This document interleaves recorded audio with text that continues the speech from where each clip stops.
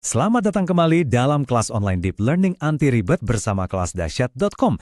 Kali ini kita akan membahas implementasi inquiry dan project-based learning. Tenang, kita bakal bongkar tuntas gimana caranya biar metode ini jadi asik, seru, dan yang paling penting, anti ribet. Udah siap? Yuk kita langsung mulai aja. Oke, kita mulai dari akarnya dulu ya, dari masalah utamanya. Buat kita para guru, istilah project-based learning atau PBL itu kadang terdengarannya kayak monster kan? Langsung kebayang sebuah proyek yang super besar yang bikin kepala ngebul di tengah siabrek kesibukan kita. Hayo, jujur deh, betul kan? Kita tuh langsung mikir, waduh, ini pasti proyek berbulan-bulan, rumit, koordinasinya susah, rasanya tuh berat banget bahkan cuma buat mikirin mulainya aja. Tapi, gimana kalau saya kasih tahu ada cara lain? Cara yang jauh lebih simpel dan percaya deh, lebih menyenangkan. Sebelum kita loncat ke solusinya, kita perlu paham dulu kenapa ini penting banget. Coba deh lihat angka ini. Ini dari data PISA 2022, dan jujur ini bikin kita harus berhenti sejenak dan mikir. Kurang dari 1% siswa kita yang sanggup ngerjain soal level tinggi atau HOTS. Ini bukan sekedar angka loh. Ini tuh kayak alarm darurat buat kita semua. Panggilan buat kita untuk mengubah cara kita ngajar supaya anak-anak kita terbiasa berpikir kritis. Dan inilah dia solusinya. Kita nggak perlu kok langsung bangun istana dalam semalam. Kita bisa mulai dari sesuatu yang jauh lebih kecil, lebih gampang dipegang. Sebuah pendekatan yang benar-benar anti ribet, tapi dampaknya, wah, luar biasa. Yuk kita lihat cara baru memandang proyek di kelas. Pertama-tama, yuk kita lupakan sejenak istilah project-based learning yang mungkin kedengaran kaku dan serem itu. Gimana kalau kita sebut aja belajar berbasis masalah nyata? Namanya lebih enak didengar kan? Intinya tuh sederhana banget.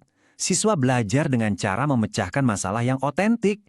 Masalah yang beneran ada di dunia nyata, tapi kita bungkus dalam sebuah proyek yang singkat dan fokus. Nah, ini dia perbedaannya. Kelihatan banget kan? Coba kita bandingin. Cara lama itu ibarat proyek raksasa. Bisa makan waktu berbulan-bulan, bikin kita dan siswa capek duluan. Nah, cara baru kita, sebut aja proyek mini. Cukup 1 atau 2 minggu juga beres. Dari yang tadinya rumit dan melelahkan, sekarang jadi sederhana dan fokus. Dan yang paling penting, ini jauh lebih gampang buat kita terapkan di kelas. Bahkan kalau mau, minggu depan juga bisa langsung coba.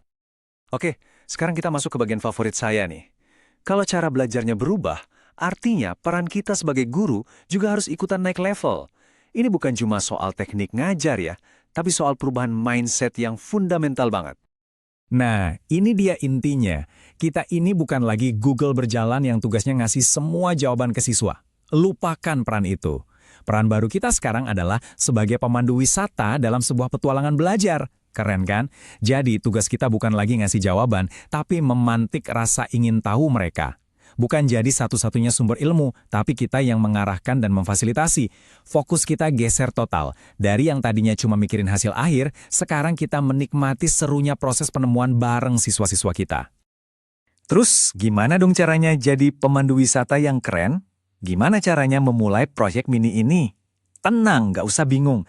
Anggap aja ini adalah peta petualangan belajar kita. Super praktis dan gampang banget buat diikuti. Langkahnya cuma ada 4, simple banget. Pertama, stimulus. Di sini kita kasih pancingan. Bisa video pendek yang aneh, cerita yang bikin penasaran, atau pertanyaan yang nyeleneh. Pokoknya bikin mereka, hah, kok bisa gitu? Kedua, eksplorasi. Nah, di sini kita lepas mereka. Ajak mereka cari info sendiri. Biarin mereka googling, wawancara, atau bahkan observasi langsung. Ketiga, elaborasi. Mereka kumpul lagi, lalu kita ajak diskusi. Kita bedah bareng-bareng apa yang mereka temukan. Dan terakhir yang keempat, konfirmasi. Di sini kita bantu mereka untuk menarik kesimpulan dari semua petualangan mereka. Gampang kan? Nah, sekarang Anda udah pegang petanya. Udah punya cara pandang yang baru. Teorinya udah cukup kan? Sekarang saatnya kita bergerak. Dari yang tadinya cuma tahu, menjadi melakukan. Petualangan ini harus segera dimulai. Dan tolong, ingat selalu filosofi ini ya. Ini adalah jantung dari semua yang kita bahas hari ini. Keajaiban itu terjadi bukan pas kita ngasih jawaban. Bukan. Keajaiban itu terjadi saat kita berhasil menciptakan ruang supaya siswa berani bertanya dan semangat menemukan jalannya sendiri. Itulah esensi belajar yang sesungguhnya. Jadi, sekarang bolanya ada di tangan Anda. Setelah mendengar semua ini, saya punya satu tantangan kecil. Bukan buat bulan depan atau semester depan ya, tapi buat minggu depan. Coba deh pikirin, petualangan belajar mini apa yang bisa Anda rancang untuk kelas Anda.